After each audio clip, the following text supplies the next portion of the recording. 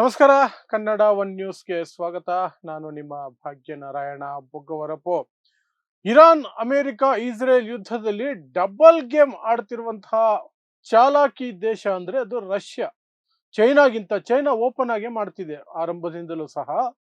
ಯುದ್ಧದಲ್ಲೇ ಅಲ್ಲ, ಯುದ್ಧಕ್ಕೂ ಮೊದಲಿನಿಂದಲೂ ಸಹ ವರ್ಷಗಳಿಂದ ಇರಾನ್ ಜೊತೆ ತೈಲದ ವ್ಯಾಪಾರವನ್ನ ಓಪನ್ ಫ್ರಾಡ್ ಮಾಡ್ಕೊಂಡೇ ಬರ್ತಿದೆ. ಆ ಮೂಲಕ ಇರಾನ್ ಆರ್ಥಿಕತೆಗೆ ಪೆಟ್ಟು ಬೀಳದ ರೀತಿಯಲ್ಲಿ ಚೈನಾ ನೋಡ್ಕೊಂಡು ಬರ್ತಿದೆ. ಆದರೆ ಯುದ್ಧದ ಸಂದರ್ಭದಲ್ಲಿ ಅತಿ ದೊಡ್ಡ ಡಬಲ್ ಗೇಮ್ ಆಡ್ತಿರುವಂತಹದ್ದು ಯಾರು ಅಂದ್ರೆ ರಷ್ಯಾ. ಯಾವ ರೀತಿ ಅನ್ನೋದನ್ನ ವಿವರಿಸ್ತೀನಿ. ಅದ್ರ ಜೊತೆಗೆ ರಷ್ಯಾ ಅಮೆರಿಕನ ಕಿಂಡಲ್ ಮಾಡೋ ರೀತಿಯಲ್ಲಿ ಹೇಳಿಕೆಯನ್ನ ಕೊಡ್ತಾ ಇದೆ. ಏನಂದ್ರೆ, ಬೇಕಾದ್ರೆ ನಾವು ಮಾತಾಡ್ತೀವಿ, ನಾವು ನಿಮ್ಮನ್ನ ಈ ಯುದ್ಧದಿಂದ ಹೊರಗಡೆ ತಗೊಂಡು ಬರೋದಕ್ಕೆ ಸಹಾಯ ಮಾಡ್ತೀವಿ ಅಂತ ರಷ್ಯಾ ಅಮೆರಿಕಾಗೆ ಕಿಂಡಲ್ ಮಾಡ್ತಾ ಇದೆ. ಸೊ ಏನದು ಎಕ್ಸಾಕ್ಟ್ ಆಗಿ ಏನ್ ನಡೀತಾ ಇದೆ, ರಷ್ಯಾದ ಗೇಮ್ ಪ್ಲಾನ್ ಏನು, ಯಾವೆಲ್ಲ ರೀತಿಯಲ್ಲಿ ಇರಾನ್ಗೆ ಅದು ಸಹಾಯ ಮಾಡ್ತಿದೆ ಮತ್ತು ಡಬಲ್ ಗೇಮ್ ಈ ಕಡೆ ಯುದ್ಧ ನಿಲ್ಲಿಸೋದಕ್ಕೆ ಅಮೆರಿಕಾಗೆ ಹೆಲ್ಪ್ ಮಾಡ್ತೀನಿ ಅಂತ ಹೇಳತ್ಲೆ ಅಮೆರಿಕಾಗೆ ಪೆಟ್ಟು ಕೊಡೋದಕ್ಕೆ ಇರಾನ್ಗೆ ಏನೆಲ್ಲ ಸಹಾಯ ಬೇಕೋ ಅದನ್ನೆಲ್ಲ ಮಾಡ್ತೀನಿ.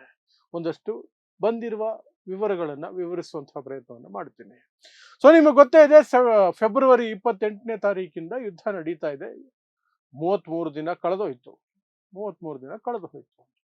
ಇಲ್ಲಿಯವರೆಗೆ ಇರಾನ್ ಹಿಂದಕ್ಕೆ ಹೋಗೋ ಮಾತೇ ಇಲ್ಲ. ಮೊದಲನೇ ದಿನ ಮೊದಲನೇ ದಾಳಿಯಲ್ಲೇ ಮೋಸದಿಂದ ನಡೆದಂತಹ ದಾಳಿ ಅದು ಅಂತ ಹೇಳ್ತಾನೆ ಇರ್ತೀನಿ. ಯಾಕೆಂದ್ರೆ ಮಾತುಕತೆಗಳ ನಡುವೆ ಇರಾನ್ ಮೇಲೆ ಅಮೆರಿಕ ಮತ್ತು ಇಸ್ರೇಲ್ ದಾಳಿ ಮಾಡಿದ್ದು, ಅದರಲ್ಲಿ ಸರ್ವೋಚ್ಚ ನಾಯಕನನ್ನೇ ಕೊಂದು ಹಾಕಿದ್ರು ಮೊದಲ ದಾಳಿಯಲ್ಲೇ, ಮೊದಲ ದಿನಾನೇ. ಆದರೆ ಇರಾನ್ 33 ದಿನ ಕಳೆದು ಹೋದ್ರು ಸಹ ಹಿಂದಕ್ಕೆ ಹೋಗಿಲ್ಲ.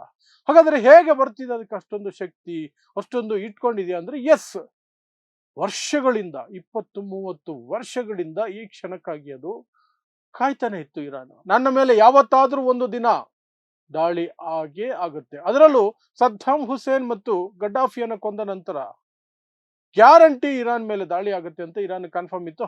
ಹಾಗಾಗಿ ಅಂಡರ್ ಗ್ರೌಂಡ್ ಮಿಸೈಲ್ ಸಿಟಿಯನ್ನ ನಿರ್ಮಾಣ ಮಾಡ್ಕೊಳ್ತು.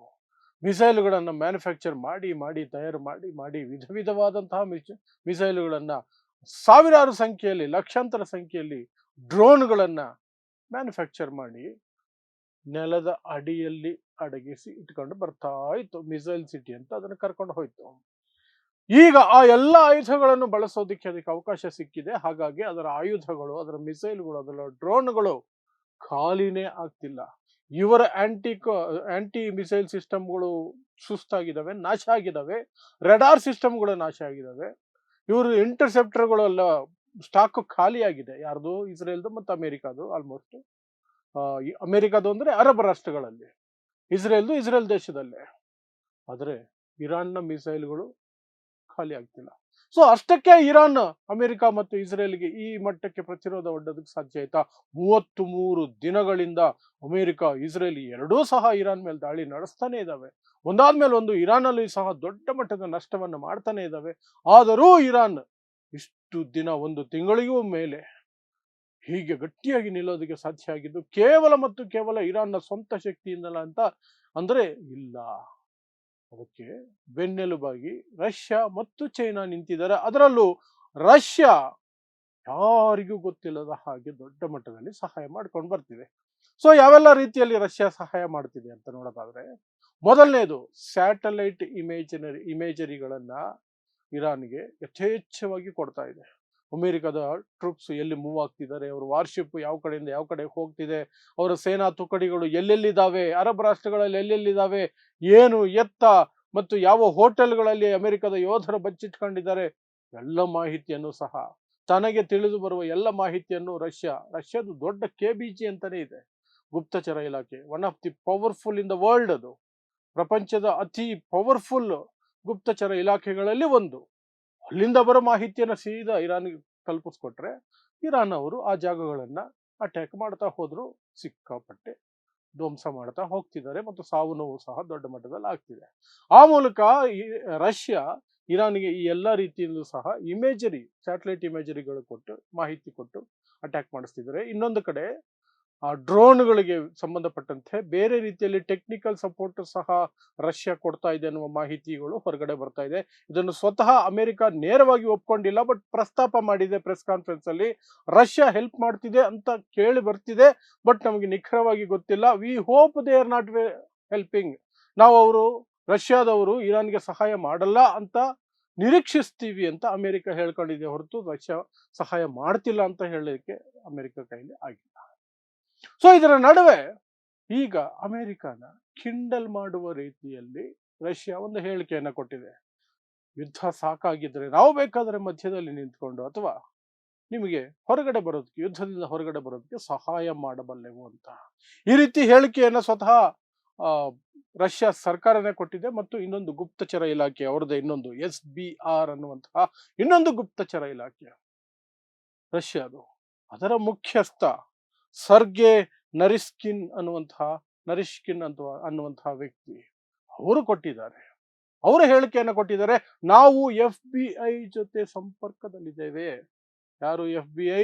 ಅಮೆರಿಕದ ಗುಪ್ತಚರ ಇಲಾಖೆ FBI. ಅವರ ಜೊತೆಯಲ್ಲಿ ನಾವು ಸಂಪರ್ಕದಲ್ಲಿದ್ದೀವಿ. ಅಂದ್ರೆ ಈ ಯುದ್ಧದಿಂದ ಹೇಗೆ ಹೊರಗಡೆ ಬರಬೇಕು ಅಂತ ಒದ್ದಾಡ್ತಿದೆಯಲ್ಲ ಅಮೆರಿಕ, ಅದಕ್ಕೆ ಪೂರಕವಾಗಿ ನಾವು ಸಹಾಯ ಮಾಡೋದಕ್ಕೆ ಸಿದ್ಧ ಇದ್ದೀವಿ ಅನ್ನೋ ರೀತಿಯಲ್ಲಿ ಟ್ರಂಪ್ ಅನ್ನ ಮತ್ತು ಅಮೆರಿಕವನ್ನ ಕಿಂಡಲ್ ಲೇವಡಿ ಮಾಡಿಕೊಂಡು ರಷ್ಯಾದವರು ಈ ರೀತಿಯ ಸ್ಟೇಟ್ಮೆಂಟ್ಗಳನ್ನ, ಹೇಳಿಕೆಗಳನ್ನ ಕೊಟ್ಕೊಂಡು ಹೋಗ್ತಿದ್ದಾರೆ. ಬಟ್ ಅಮೆರಿಕ ಗೊತ್ತಿದ್ದೂ ಸಹ ರಷ್ಯಾ ಈ ರೀತಿ ಮಾಡ್ತಿದೆ ಅಂತ ವಿಧಿನೇ ಇಲ್ಲ ಅದಕ್ಕೆ. ಯಾಕೆಂದ್ರೆ ಇಸ್ರೇಲ್ ಮಾತು ನಂಬಿ, ನೆತನ್ಯಾಹು ಮಾತು ನಂಬಿ ಯುದ್ಧಕ್ಕೆ ಎಂಟ್ರಿ ಕೊಟ್ಟಾಗಿದೆ. ಈಗ ಏನು ಮಾಡಿದ್ರು ಇರಾನ್ ತಗ್ಗುತ್ತಾ ಇಲ್ಲ, ಬಗ್ಗುತ್ತಾ ಇಲ್ಲ. ಯುದ್ಧದಿಂದ ಹೊರಗಡೆ ಬರಲೇಬೇಕಲ್ಲ ಅಮೆರಿಕ. ಎಷ್ಟು ದಿನ ಅಂತ? ಪ್ರತಿದಿನ $1 ಬಿಲಿಯನ್ ಖರ್ಚಾಗ್ತಿದೆ. ಅಲ್ಲಿನ ಜನ ಬೀದಿಗೆ ಬಂದು ಪ್ರತಿಭಟನೆ ಮಾಡ್ತಿದ್ದಾರೆ. ಅಮೆರಿಕದಲ್ಲಿ ಮೊನ್ನೆ 80 ಲಕ್ಷ ಜನ ಬೀದಿಗೆ ಬಂದು ಪ್ರತಿಭಟನೆ ಮಾಡಿದ್ರು. ಈ ಯುದ್ಧಕ್ಕೂ ನಮಗೂ ಏನ್ ಸಂಬಂಧ? ನಮ್ಮ ತೆರಿಗೆ ಹಣವನ್ನು ಯಾಕೆ ಹೀಗೆ ಪೋಲ್ ಮಾಡ್ತಾ ಇದ್ದೀರಿ? ಇದು ಇಸ್ರೇಲ್ನ ಯುದ್ಧ, ನೀವ್ ಯಾಕೆ ಹೋದ್ರಿ ಮಧ್ಯದಲ್ಲಿ? ನಮಗೇನು ಕೆಲಸ ಇತ್ತು ನಮ್ಮ ದೇಶಕ್ಕೆ ಇದರಲ್ಲಿ ಎಲ್ಲ ಕೇಳ್ಕೊಂಡಿದ್ದಾರೆ. ಮತ್ತು ಅಮೆರಿಕಾಗೆ ಯಾವ ಅಪಾಯನೂ ಇರ್ಲಿಲ್ವಲ್ಲ ಇರಾನ್ ಕಡೆಯಿಂದ, ಇದ್ದಿದ್ದು ಇಸ್ರೇಲ್ಗೆ ತಾನೆ. ಸೊ ಲೆಟ್ ದೆಮ್ ಫೈಟ್, ಅವ್ರು ಫೈಟ್ ಮಾಡ್ಕೊಳ್ಳಿ. ನೀವು ಬೇಕಾದ್ರೆ ಇಸ್ರೇಲ್ಗೆ ಯಥಾ ಪ್ರಕಾರ ಸಪೋರ್ಟ್ ಅನ್ನು ಬೇರೆ ರೀತಿ ಕೊಡ್ತಾ ಇರಬಹುದಾಗಿತ್ತು. ನೀವು ನೇರವಾಗಿ ಹೋಗೋ ಸನ್ನಿವೇಶ ಯಾಕಿತ್ತು? ಅವಶ್ಯಕತೆ ಏನಿತ್ತು ಅಂತ ಈಗ ಅಲ್ಲಿನ ಜನ ಸಹ ಪ್ರಶ್ನೆ ಮಾಡ್ತಿರೋದ್ರಿಂದ ಅಮೆರಿಕ ಹೇಗಾದ್ರೂ ಮಾಡಿ ಬೇಗ ಆಚೆ ಬರಬೇಕು ಅಂತ ಅದನ್ನೇ ಡೊನಾಲ್ಡ್ ಟ್ರಂಪ್ ನೇರವಾಗಿ ಸುದ್ದಿಗೋಷ್ಠಿಯಲ್ಲಿ ಹೇಳಿದ್ದು. ಆದಷ್ಟು ಬೇಗ ನಾವು ಅಲ್ಲಿಂದ ಹೊರಗಡೆ ಬಂದ್ಬಿಡ್ತೀವಿ, ಯಾಕಂದ್ರೆ ನಮಗ್ ಗುರಿ ತಲುಪಿ ಆಗಿದೆ ಅಂತಾರೆ. ಅಲ್ಲಿ ಅವರ ಮುಖ್ಯಸ್ಥರನ್ನ ಕೊಲ್ಲಬೇಕಾಗಿತ್ತು, ಸರ್ವೋಚ್ಚ ನಾಯಕರನ್ನ ಕೊಂದ್ಬಿಟ್ಟಿದ್ವಿ. ಅವ್ರ ಆರ್ಮಿನ ವೀಕ್ ಮಾಡ್ಬಿಟ್ಟಿದ್ವಿ. ಅವರ ನೇವಿ ಮುಗಿಸ್ಬಿಟ್ಟಿದೀವಿ, ಏರ್ಫೋರ್ಸ್ ಮುಗಿಸ್ಬಿಟ್ಟಿದೀವಿ, ಆರ್ಮಿನ ವೀಕ್ ಮಾಡಿದೀವಿ, ಪ್ಲಸ್ ಪರಮಾಣು ಸ್ಥಾವರಗಳನ್ನ ಮುಗಿಸ್ಬಿಟ್ಟಿದೀವಿ. ಇನ್ನೇನು ನಮ್ ಕೆಲಸ ಇಲ್ಲ. ಹೊರ್ಮುಜ್ ಸ್ಟ್ರೈಟ್ಗೂ ನಮ್ಗೆ ಸಂಬಂಧ ಇಲ್ಲ. ಅದು ಯಾರು ಬಳಸ್ತಿದಾರೋ ಅವ್ರು ಮಾಡ್ಕೊಳ್ಳಿ, ನಾವು ಬಳಸ್ತಾನೆ ಇಲ್ಲ ಅದನ್ನ. ಯುದ್ಧದಿಂದ ಹೊರಗಡೆ ಬರೋದಕ್ಕೆ ಈ ಒಂದು ಪದಗಳನ್ನ ಡೊನಾಲ್ಡ್ ಟ್ರಂಪ್ ಹೇಳ್ಕೊಂಡು ಓಡಾಡ್ತಿದ್ದಾರೆ. ಸೊ ಡೊನಾಲ್ಡ್ ಟ್ರಂಪ್ ಹೇಳಿರೋದು ಇನ್ನೊಂದು 2 ವಾರದಲ್ಲಿ ನಾವು ಅಲ್ಲಿಂದ ಹೊರಗಡೆ ಬಂದ್ಬಿಡ್ತೀವಿ, ಹೊರ್ಮುಜ್ ಸ್ಟೇಟ್ ಏನಾದ್ರೂ ನಾವು ಯುದ್ಧವನ್ನ ಮುಂದುವರಿಸಲ್ಲ ಅಂತ. ಸೊ ಅವರು ಸಹ ಅನಿವಾರ್ಯವಾಗಿ ಸಬೂಬು ಹುಡುಕ್ತಾ ಇದ್ದಾರೆ ಅಮೆರಿಕದವರು. ಈ ಯುದ್ಧದಿಂದ ಹಿಂದಕ್ಕೆ ಹೋಗ್ಬೇಕು ನಾವು, ಹೇಗೆ ಅಂತ. ಸೊ ಅದನ್ನ ಬಳಸ್ಕೊಂಡೆ ರಷ್ಯಾ ಒಂದು ರೀತಿ ಅವ್ರನ್ನ ಕಾಂಟ್ಯಾಕ್ಟು ಮಾಡ್ತಿದೆ, ಈ ಕಡೆ ಲೇವಡಿನೂ ಮಾಡ್ತಿದೆ, ಈ ಕಡೆ ಇರಾನ್ಗೆ ಏನ್ ಸಪೋರ್ಟ್ ಕೊಡಬೇಕು ಆ ಸಪೋರ್ಟ್ ಅನ್ನು ಸಹ ಕೊಟ್ಕೊಂಡು ಬರ್ತಾ ಇದೆ ಅಷ್ಟೇ. ಸೊ ಇದಿಷ್ಟು ರಷ್ಯಾ ಕುರಿತಾಗಿ ಇರಾನ್ ಯುದ್ಧದಲ್ಲಿ ಬರ್ತಿರುವಂತಹ ಮಾಹಿತಿ. ಸೊ ನೋಡ್ತಾ ಇರಿ ಸಮಾಜಕ್ಕಾಗಿ ಕನ್ನಡ 1 ನ್ಯೂಸ್. ನಮಸ್ಕಾರ.